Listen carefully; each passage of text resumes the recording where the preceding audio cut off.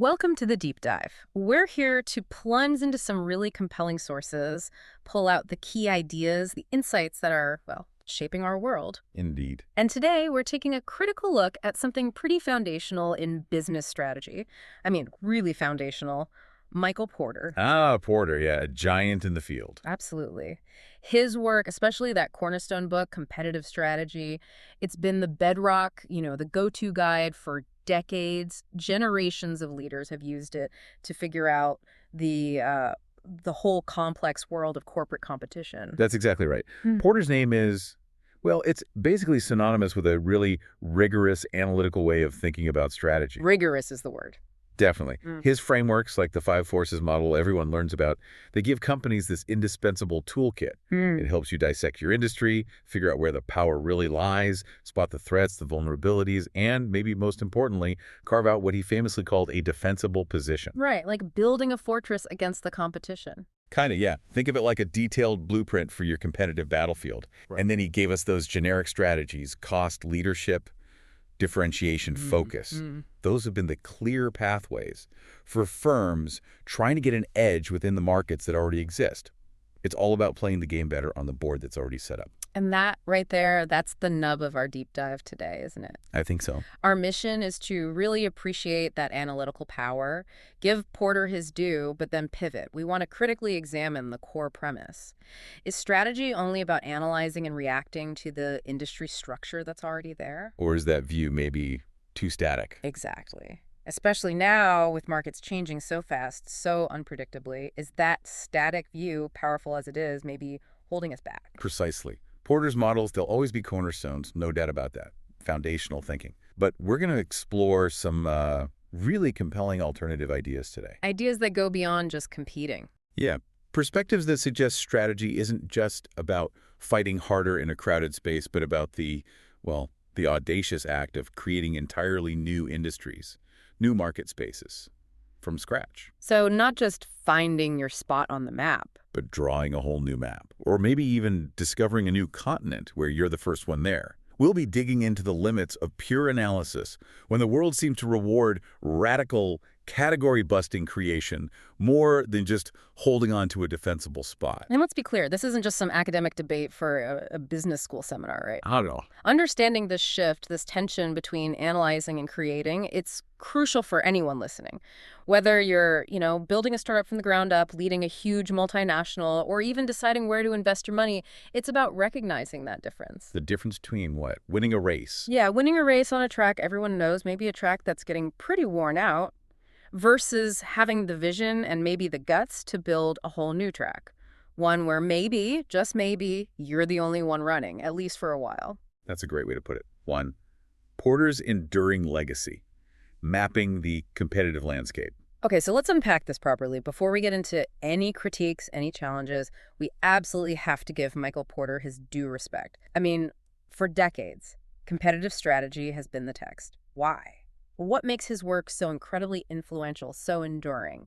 What are those core ideas? You're right. We have to start there. Porter's real genius, I think, was providing this systematic, almost scientific way to look at competition. Before him, it was maybe a bit fuzzier. More art than science. Perhaps, yeah. He moved beyond just saying, hey, be competitive, and actually showed how to dissect an industry. He taught us to identify and analyze those famous 5 forces. Right. The threat of new entrants. Exactly. New companies coming in. Then the bargaining power of your buyers, your customers. How much leverage they have. And the flip side, the bargaining power of your suppliers. Okay. Then the threat of substitute products or services, things that can meet the same need in a different way. Like trains versus planes, maybe. Sure. Or video conferencing versus business travel. And finally, the intensity of rivalry among the companies already in the industry. How cutthroat is it? Makes sense. And understanding those 5 forces, he argued, basically defines how profitable an industry can be, how attractive it is to be in. Okay, so that's the analysis part. Then what? Then building on that structural analysis, he gave us those 3 generic strategies for actually gaining an advantage. Clear paths forward. The ones you mentioned earlier, cost leadership. Right. Being the absolute lowest cost producer, think Walmart, maybe. Appealing to people who really care about price. Got it. Then there's differentiation. Offering something unique, something perceived as superior, so you can charge a premium. Apple is the classic example, right? Yeah, definitely. And the third was focus. Focus, exactly. Targeting a really narrow slice of the market, a specific niche. And within that niche, you either go for the lowest cost or the highest differentiation. Like a super high-end car brand only for the ultra-wealthy. Precisely. Or maybe a specific type of industrial equipment for one particular industry. These weren't just vague ideas. Porter laid them out as real, actionable blueprints for how to position your company competitively. That framework is undeniably powerful for understanding your place. I'm particularly interested in his ideas about how scale, getting bigger or smaller, can actually reshape the whole industry. Can you expand on that? Especially how increasing scale changes the game. Absolutely. Porter pointed out that as an industry grows, the leading firms often grow with it. But this isn't just about size for size's sake. It fundamentally widens the set of available strategies for those bigger players. Like so. Well, it unlocks what he called increased economies of scale and capital requirements. Suddenly, if you're big enough, you have more options. Like investing more. Exactly. You Yeah. can substitute capital for labor, pour money into automation, robotics, fancy production Which lines. smaller companies just can't afford. Right. And this isn't just about cutting costs. It fundamentally changes your capacity, your efficiency, in ways rivals can't easily match. It builds a barrier. Okay. And bigger firms can also adopt production methods subject to greater economies of scale. The more you make, the cheaper each individual unit becomes. Think about chip manufacturing, massive upfront cost, but the per chip cost plummets if you're making millions. Makes sense. What else? They can also establish captive distribution channels or a captive service organization. Imagine controlling your own stores, your own repair network. That gives you incredible control over quality, speed, the customer experience, another barrier. Total control. Yeah. And finally, with deep pockets, they can utilize national advertising. Think big Super Bowl campaigns, building a brand name and loyalty on a scale that creates real, lasting market power. So getting bigger isn't just about volume. No, it fundamentally changes the structure of competition. It creates advantages, deepens the moats, makes it incredibly tough for smaller players or new entrants to compete effectively. That's a really clear explanation. Let's try to visualize this. Think about a traditional manufacturing sector, maybe cars or heavy machinery. That's been around for decades. Ah. How would Porter advise a company trying to compete in that kind of established, maybe even mature market? Well, in that scenario, you're probably not looking to invent something completely new. The game board is pretty well defined. Right. So Porter would say, dive deep into those 5 forces again. Where are the pressure points? Where are the opportunities within the existing structure? For example. Okay, say buyer power is really high because you only have a few huge customers. Maybe you pursue differentiation, offer custom solutions, amazing service, something that makes it harder for those buyers to just switch to a competitor based on price. Make yourself indispensable. Kind of. Or if the rivalry among existing players is brutal, maybe cost leadership is the only way to survive. You'd have to relentlessly squeeze every penny out of your supply chain, your manufacturing, everything. A constant focus on efficiency. Exactly. It's about optimizing your position, defending your turf, always analyzing that existing structure, and figuring out how to exploit its weaknesses or defend against its pressures. And this isn't just about forces inside your industry, right? Porter talked about changes in adjacent industries having a big impact. Oh, absolutely. He called it structural change in adjacent industries. And it can dramatically shift bargaining power. His example of clothing retailers in the 60s and 70s is perfect. What happened there? Well, you used to have lots of small independent clothing stores, but then you saw the rise of big chain store development, department stores, national chains. Suddenly, instead of many small buyers, apparel manufacturers faced a few massive, powerful buyers. Consolidation shifted the power. Completely. These big retail chains gained immense leverage. Porter noted how apparel makers were suddenly getting squeezed by retailers, demanding orders closer to the selling season, wanting other concessions. So the clothing makers had to react. They had no choice. It wasn't their fault. It was a change in their buyers' industry structure. They had to adjust their whole approach to marketing, promotions, everything, just to deal with these powerful new players. Yeah. And Porter even predicted this would likely force concentration among the apparel makers themselves, because smaller ones couldn't handle the pressure. It's classic Porter.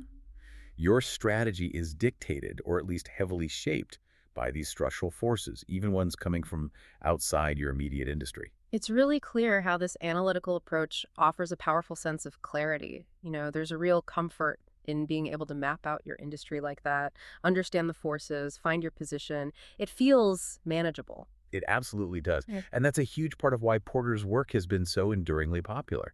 It gives managers this clear, rational, almost engineering-like way to approach competition. Define the problem, find the solution within the known parameters. Precisely.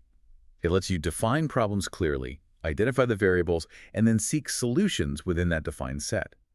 This whole traditional view implicitly assumes the industry structure is either fixed or changes very, very slowly. Like a stable landscape. Yeah.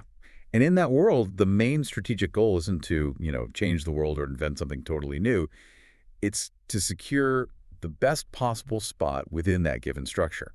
Optimize your operations, outmaneuver your rivals on what's basically a predefined battlefield. You're playing chess, essentially, on an existing board with known pieces and rules. 2.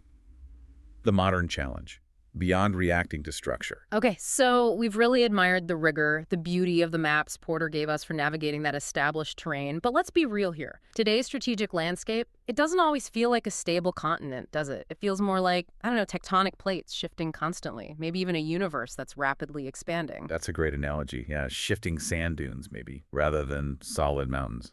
Right. So if industries aren't stable structures anymore, if they're these dynamic, evolving ecosystems, does a map designed for stability still work? Or do we maybe need a completely different kind of navigation tool, a new compass? And that, right there, is the core critique. It's the heart of the challenge we're exploring today. Relying only on analyzing and reacting to an existing industry structure, well, it might just be too static. Potentially even dangerously static for the kinds of turbulent, hyper-fast markets we see now. Too slow. Way too slow, potentially. Think about the speed of technological disruption, globalization, how quickly consumer tastes can shift, how easily new players can sometimes enter markets now. Strategies built entirely on analyzing the world as is can become obsolete almost overnight, before you could even finish the PowerPoint presentation. Yeah, I can see that. The world just moves too fast for strategies that are purely reactive. It's like, carefully studying a paper map while you're inside a virtual reality game that's constantly reconfiguring itself around you. Yeah. The map becomes useless pretty quickly. So the analysis itself isn't wrong, it's just maybe insufficient. It might be. And this connects to a really fundamental shift we're seeing. Yeah. Some companies today aren't just responding to the forces in their environment. They're creating them. They're actively shaping them. They're generating the waves that everyone else then has to ride or get swamped by. They aren't just playing by the existing rules of the game, they're rewriting the rule book. Or, even more radically, they're inventing entirely new games, new boards, new pieces, new objectives. Wow. And in that kind of environment, just reacting, even very intelligently reacting to the existing competitive forces. Well, it might not be enough. Yeah. It could leave you stranded while the market itself transforms, making your previously defensible position completely irrelevant. Okay, this is where it gets really, really interesting for me. If just reacting isn't enough, if analyzing the current structure isn't the whole picture, what if the real strategic goal shouldn't be just to be different inside your industry? What if it's about defining a whole new industry? Moving from just competing better to actually creating something new, shifting from defense to invention. That's the paradigm shift. That's the core alternative we're talking about, and it's potentially transformative. Instead of fighting tooth and nail in those existing, often bloody, red ocean markets. Red oceans. Bloody from all the competition, right? Exactly. Where everyone's fighting over the same customers, the same pool of profit, and margins get squeezed. The alternative is creating new market space. Uncontested space. A blue ocean. Blue ocean. I like that. It's not about incremental improvements, not just a slightly better mousetrap or stealing a bit of market share. It's about forging entirely new frontiers, often by creating a value proposition so different, so novel, that it makes the old ways of competing seem almost irrelevant. So you sidestep the competition rather than meeting it head on. In a way, yes. This fundamental shift in thinking from competition to creation, that's what sets the stage for this blue ocean strategy idea. 3, the blue ocean imperative, forging new frontiers. All right, let's dive deep into this blue ocean strategy. We've got the picture of the crowded, competitive red ocean. So what does it really mean to create a blue ocean? How do you actually make that uncontested market space? And how is it fundamentally different from just being a smarter, maybe more aggressive competitor in the red ocean? Okay, so at the very heart of creating a blue ocean is this concept the authors talk about called reconstruction. Reconstruction, And right? this isn't just tweaking things or optimizing what you already do. It's a much deeper process that actually reshapes the boundary and the structure of an industry. It literally creates a blue ocean of new market space. So changing the industry itself, not just your place in it. Precisely. And they contrast this with what they call recombination. Recombination is more about taking existing technologies or ideas and finding clever ways to solve a given and known problem within the current rules of the game. Like making a faster computer chip, Yeah. maybe? Exactly. Improving along existing lines. Reconstruction, though, demands a totally fresh look. It forces you to look beyond current customers, beyond existing competitors, beyond the traditional definitions of your industry. You have to challenge basically every assumption about how things have to work. That sounds hard. Challenging assumptions is tough. It is. And a core part of this reconstruction is something called value innovation. This is where it really breaks from traditional thinking. Value innovation. Tell me more. Okay, think about typical tech innovation. Usually a company develops some breakthrough, right? And what do? Charge a high price initially, skim the market. Exactly. Conventional practice typically sets high prices, limits access, and initially engages in price skimming. They want to recoup those big R&D costs from early adopters who are willing to pay a premium. Makes sense. But value innovation flips that script. It focuses on lowering prices and costs right from the start, while simultaneously increasing value for the buyer. The goal is to retain market share and actively discourage copycats. Wait, lower costs and increase value? How does that work? Isn't that a trade-off usually? That's the perceived trade-off that value innovation breaks. You do it by systematically looking at all the factors your industry competes on, and then you eliminate or reduce the ones that customers don't really value that much or that add cost without adding significant perceived benefit. Cut out the fluff. Sort of. And then you raise or create entirely new factors that deliver unprecedented value, things the industry has never offered before. By doing both cutting costs and creating new value, you create a leap in value for buyers and for the company, making the old ways look expensive and outdated without actually competing head-to-head on the old terms. Okay, that is a different way of thinking. Simultaneously pursuing differentiation and low cost. It sounds incredibly powerful. But, honestly, if it's that good, why isn't everyone doing it? Why are so many companies still stuck slugging it out in the red ocean even if they see the potential of blue? What's stopping them? That's a really sharp question, and it gets right to the heart of the difficulty. It brings us to what the blue ocean authors call red ocean traps. Taps, okay. They point out that, yeah, companies often recognize the value of new market spaces. They might even throw significant amounts of money at trying to create them, but they still fail. Why? Why? The deepest reason, they argue, isn't lack of money or brains. It's their mental models. Those ingrained assumptions, the theories we all carry around about how the world works, how our industry functions, what customers want. The stuff we take for granted. Exactly. These models operate mostly below our conscious radar. They're like automated algorithms running in our heads and in our company cultures. They dictate how we see problems, how we judge opportunities, how we react. So they filter out the new stuff. Pretty much. Imagine a company that's been successful for 50 years by making its product slightly better each year, benchmarking against competitors, running focus groups. Their whole mental model is optimized for that red ocean game. Then a blue ocean opportunity comes along, maybe a radically simpler way to deliver value that actually eliminates half their current features. Their ingrained mental models just can't process it. We might dismiss it as not our core business, or customers won't want that, or actively fight it because it threatens the status quo, their existing power structures, their whole understanding of success. It's like wearing red-tinted glasses and not being able to see the blue. That's a perfect way to put it. Overcoming those deep-seated cognitive biases, those organizational habits, that's arguably the single hardest part of actually executing a blue ocean strategy. Those mental models sound like a really powerful internal barrier. So let's make this concrete. Can you give us an example of a company that actually managed to break through those barriers, create its own blue ocean, and really defy those ingrained assumptions? Starbucks is a fantastic example, and Howard Schultz talks about it in Pour Your Heart Into It. Think about coffee before Starbucks really took off. It was mostly a commodity, right? Yeah, diners, maybe grocery store cans. Pretty basic. Exactly. An age-old product. Seemed like the ultimate red ocean, super price-sensitive everywhere, not much differentiation.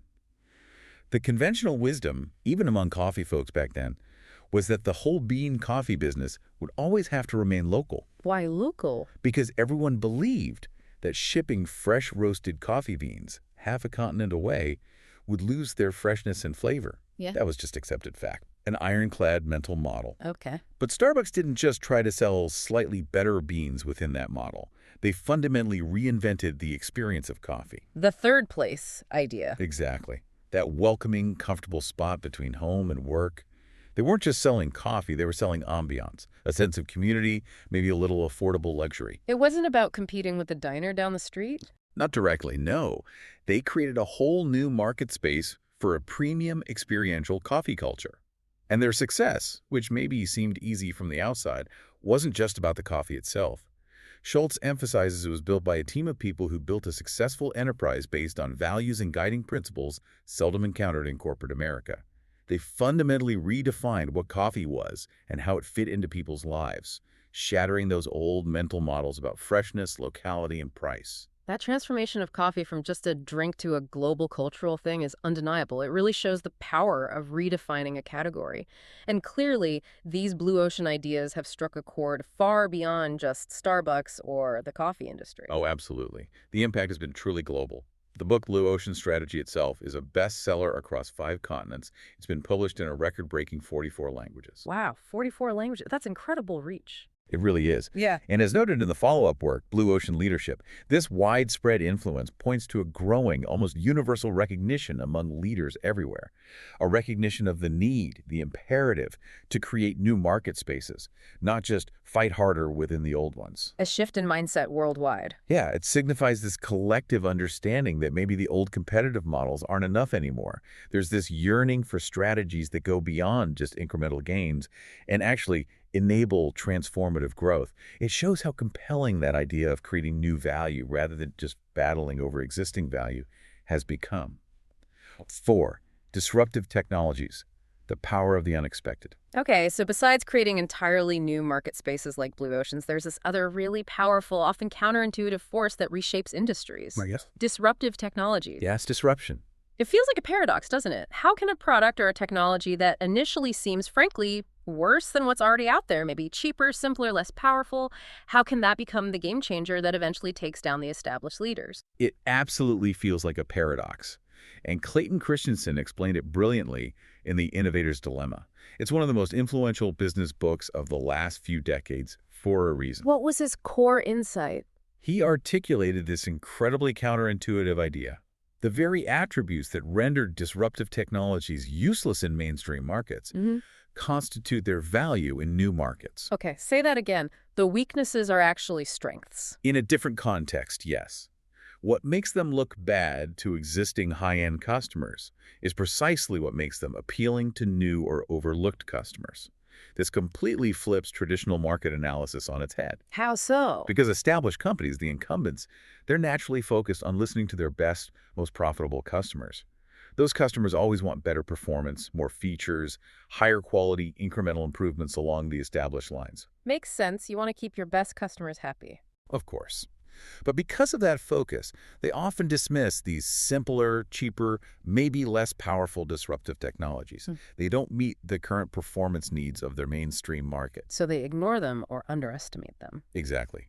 And in doing so, they become blind to the potential these technologies have in creating entirely new markets or serving previously ignored low-end customers who actually value the simplicity, the lower cost, the convenience, even if the performance isn't top tier yet. Can you give us a concrete example, a story that really brings this paradox to life? Where did a company succeed by embracing these apparent weaknesses? Christensen offers several classic examples. Think about the disk drive industry back in the day. The big players were all focused on making bigger, faster drives with more capacity for desktop PCs. That was the main game. Right, more megabytes or gigabytes eventually. Yeah. But then a company like Connor Peripherals came along. They focused on making small drives. Initially, these drives held less data, weren't as fast, but they were perfect for the emerging market of portable computers, laptops. In that market, smallness was valued more than maximum capacity. The inferiority in capacity was actually a key advantage for portability. Ah, a different market valued different things. Precisely. Or think about excavators. Big construction firms wanted massive machines for huge projects, but companies like J.C. Bamford and J.I. Case targeted smaller residential contractors. For them, small buckets and tractor mobility actually created value, things the big incumbents, focused on giant earth movers, didn't offer or even see as valuable. Finding a niche the big guys ignored. Exactly. And maybe my favorite Christensen example is Nucor Steel. The mini-mills. The mini mills, yeah. Traditional steel companies had these enormous integrated factories making high-quality steel, perfect surfaces for cars and appliances. Nucor used a new technology, thin slab casting via mini mills. Initially, their steel had surface blemishes. It wasn't good enough for cars. So inferior quality, right? By traditional standards, yes. But Nucor found a market, things like rebar, steel joists, that didn't mind the surface blemishes. What those customers wanted was lower cost and faster delivery. Nucor could provide that because the mini-mill technology was cheaper and quicker. They served an overlooked segment that the big mills, with their high overhead and quality standards, just couldn't profitably reach. So the blemishes didn't matter to the right customer. Didn't matter at all. And Christensen really hammered this point home. The established companies, the incumbents, weren't stupid. They often have the technology. Companies making the new 3.5-inch drives that Connor used, for instance, were fully performance competitive if they'd chosen to really enter that market aggressively. So why didn't they? They were often misled by their customers. Their existing high-margin customers were focused on getting incrementally better versions of the old drives and were often oblivious to the potential benefits and possibilities of the smaller, simpler, disruptive ones. Wow. Listening too closely to your best customers can actually be dangerous. It can create a massive strategic blind spot. That's the core of the innovator's dilemma. Your success in the current market makes it incredibly difficult to embrace the disruption that could create the next market. 5. Beyond operational excellence, the quest for power. This is really fascinating because it starts to suggest something profound. It implies that just doing everything right, having great products, being super efficient in your operations, having fantastic customer service, even all that might not be enough to guarantee you win or even survive in the long run. That's a crucial distinction. It feels like there should be a reward for excellence, but maybe it's not guaranteed. Right. It feels like there must be something else, something deeper, some kind of structural advantage that really makes the difference. You've absolutely nailed it. And that something else is precisely what Hamilton Helmer explores in his book, 7 Powers. He makes a very strong claim. Operational excellence by itself is not enough. Not nearly enough. Not enough. He argues that businesses must achieve power or else face ruin. This concept of power goes way beyond just being good at what you do. It's not just efficiency or quality or even having a strong brand, though those can contribute. So what is power in Helmer's view? Power is about having structural advantages that are so deeply embedded in your business model or your market position that they consistently generate persistent differential returns. Basically, higher profits than your competitors, year after year, in a way that's really hard for them to copy or overcome. Advantages that are built into the structure, not just how well you execute on a given day. Exactly. It's about having moats around your business that aren't just based on running faster, but on the fundamental landscape you operate in. It's not just what you do, but how your way of doing it is structurally protected from the full force of competition. Okay, that's a big idea. Can we unpack that with a clear example? Something that really shows the difference between a company that just has operational excellence versus one that truly possesses this power. Helmer uses the story of Intel, which is almost like a perfect controlled experiment within one company. It's brilliant. He contrasts Intel's failed memory business with its incredibly lucrative microprocessor business. Okay, same company, 2 different outcomes. Right. And here's the kicker. Helmer points out that all of Intel's considerable advantages applied in equal measure to both these businesses. Think about it. They had unexcelled leadership and management, amazing technical depth, world-class manufacturing prowess. They were operating in an exploding market for computer components. So all the ingredients for success were there for both businesses. Seemingly, yes. Same brilliant people, same visionary leaders like Andy Grove, same cutting-edge factories, same huge demand. Operationally excellent across the board. But the results were totally different. Utterly different, as Helmer puts it. In the memory chip business, they faced brutal competition, prices collapsed, it became a commodity market, and Intel eventually made a painful exit. They got out. But in microprocessors, CPUs, they built an enduring high-margin business that dominated for decades. Why the difference? Power. Power. Helmer argues one had power while the other did not. In memories, there was little to differentiate them structurally. It was just about cost and volume. But in microprocessors, Intel built formidable power. Things like network effects. The more people used Intel-based PCs, the more software was written for Intel chips, which made more people want Intel PCs. A virtuous cycle. Right, the by 86 standard. Yes, and also process power, their proprietary manufacturing knowledge, and the sheer scale of their fabs allowed them to make chips that were consistently better and cheaper than rivals could manage, creating a huge barrier to entry. So structural advantages, not just operational ones. Precisely. It demonstrates that even with world-class operations, it's the presence of these deep structural powers that ultimately determines whether you achieve lasting high-profit success or end up battling in a low-margin commodity market, regardless of how well you execute day to day. 6. The limitations of pure analysis and prediction in a dynamic world. So, if we're accepting that strategy needs to go beyond static structures, beyond just operational excellence, and embrace things like market creation, disruption, building power, it seems like we're moving into a world that's inherently less predictable. It certainly feels that way. More dynamic, more uncertain. Right. So in a world that feels genuinely unpredictable, how much faith can we really put in our traditional tools of forecasting and modeling?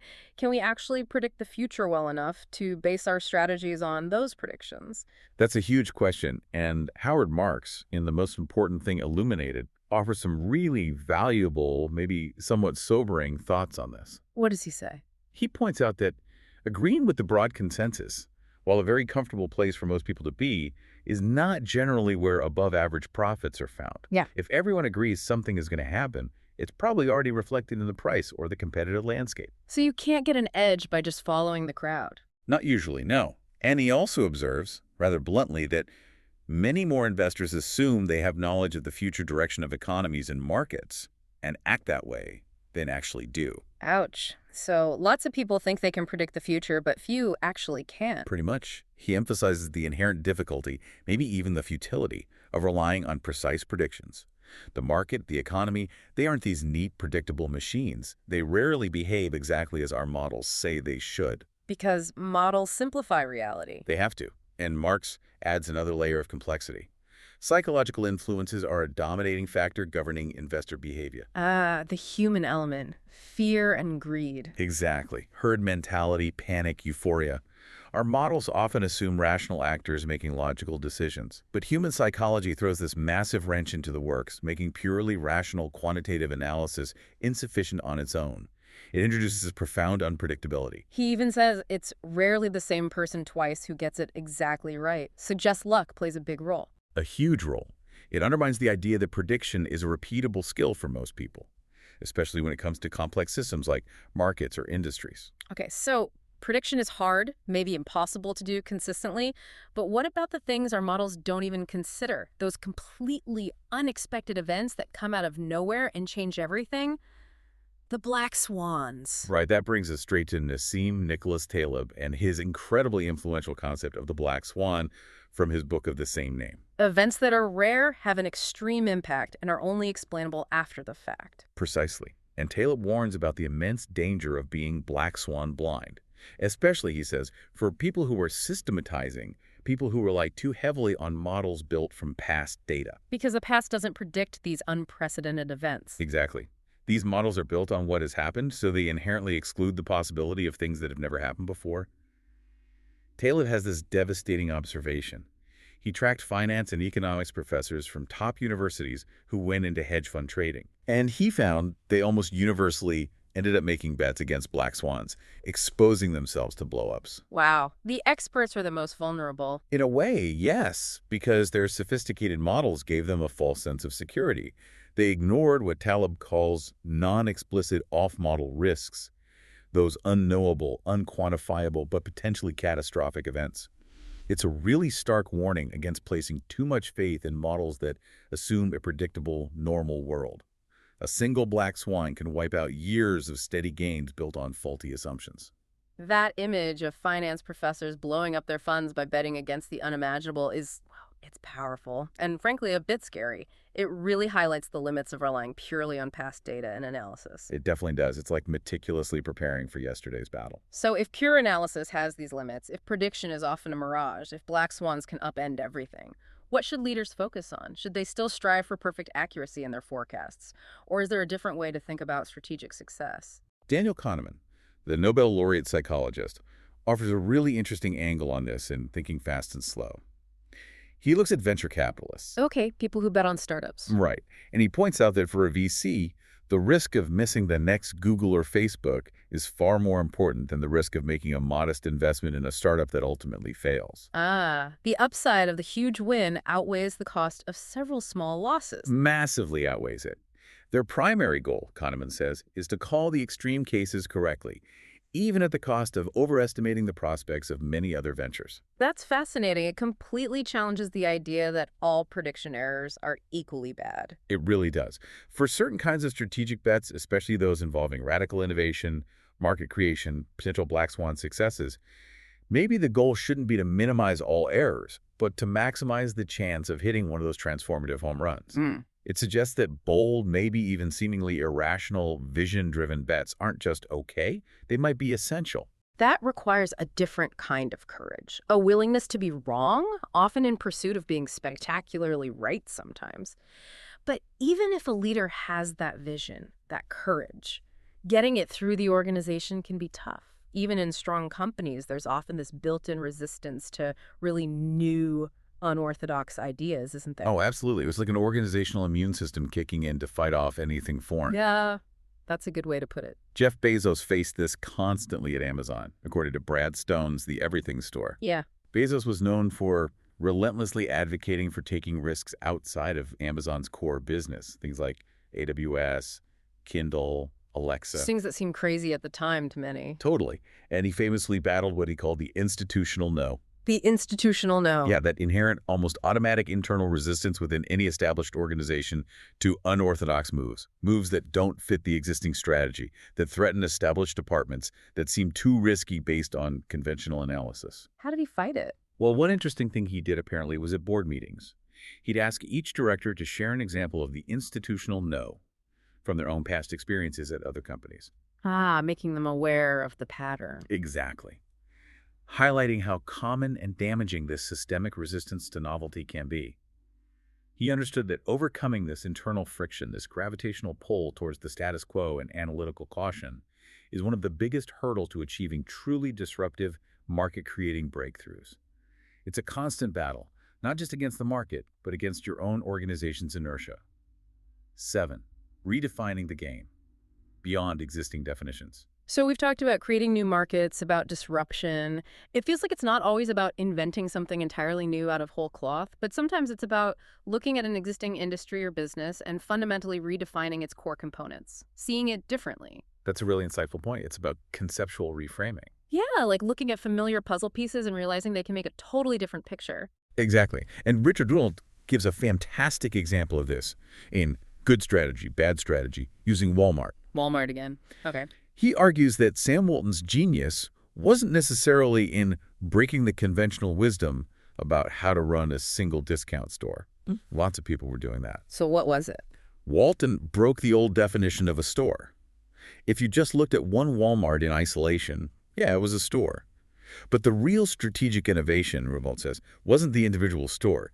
It was the network of 150 stores at the time he was writing about. The network was the key unit, not the store. Precisely. It was this integrated system, this network, that included incredibly efficient data flows and the management flows and a distribution hub, all working together seamlessly. The logistics and information systems. Yes. That system allowed Walmart to serve millions of customers with unprecedented efficiency and low prices.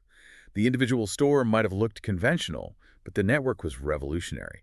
It completely reframed the definition of a retail business, shifting it from just a collection of shops to this tightly managed, highly efficient distribution and information machine. That conceptual leap, redefining the fundamental unit of competition, that was the strategic masterstroke. That clicks. It reminds me of that classic idea from marketing. I think it's called marketing myopia. The idea that companies often fail because they define what business they're in way too narrowly. Theodore Levitt's marketing myopia. Absolutely classic and still incredibly relevant. What was his main point there? Levitt famously observed that every major industry was once a growth industry. Think railroads, Hollywood back in the day, but eventually many of them stopped growing.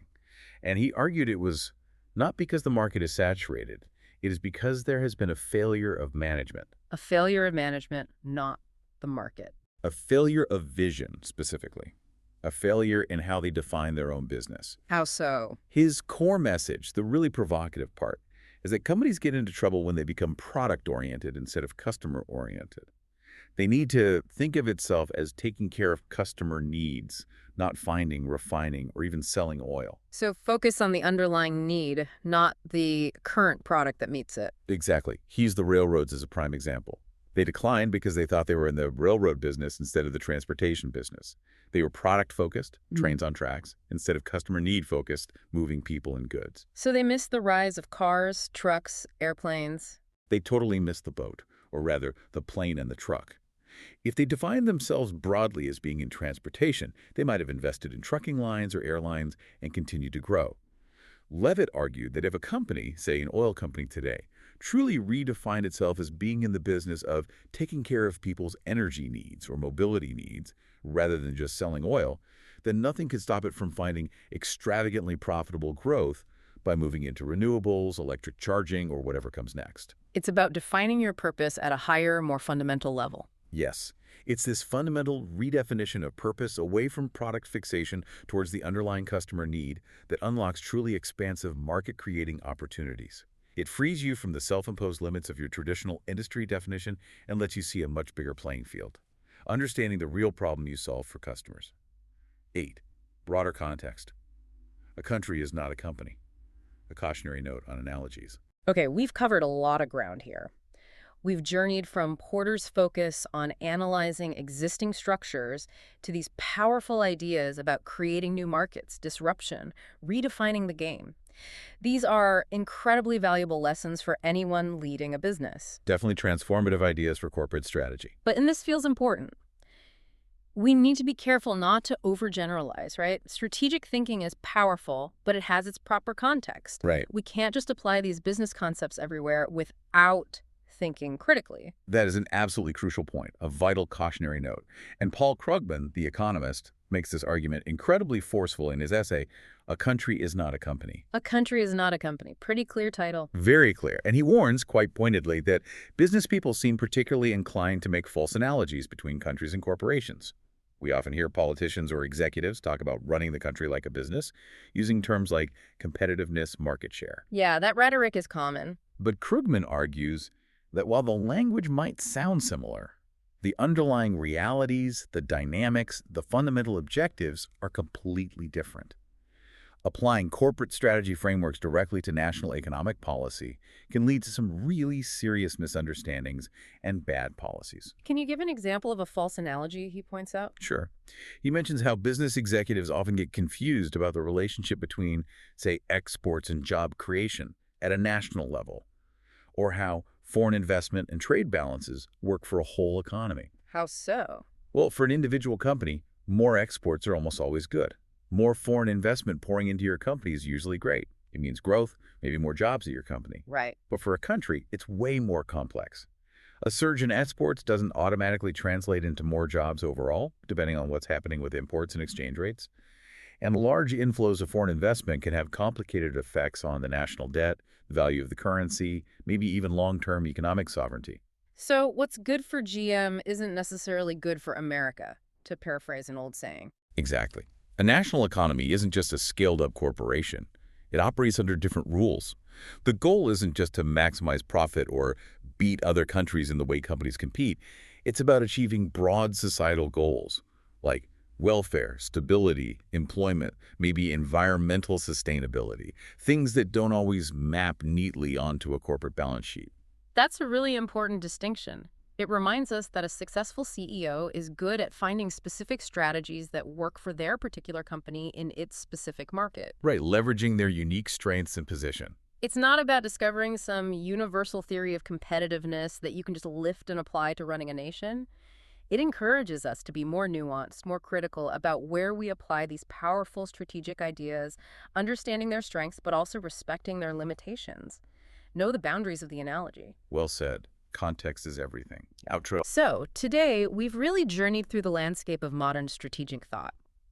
We started by appreciating the immense power and analytical rigor of Michael Porter's foundational ideas, how they help us understand the competitive forces within existing markets. Absolutely. His work provides an invaluable lens for that kind of analysis.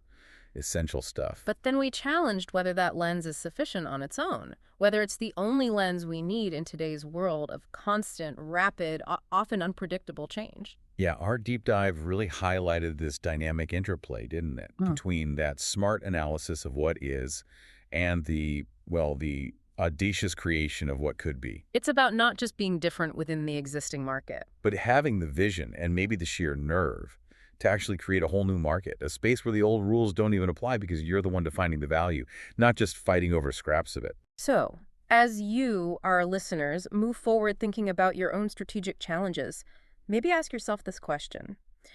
Are you primarily focused on competing for a bigger slice of the pie that already exists? Are you optimizing within those known boundaries? Or are you maybe dreaming bigger? Are you envisioning and perhaps even starting to build an entirely new bakery?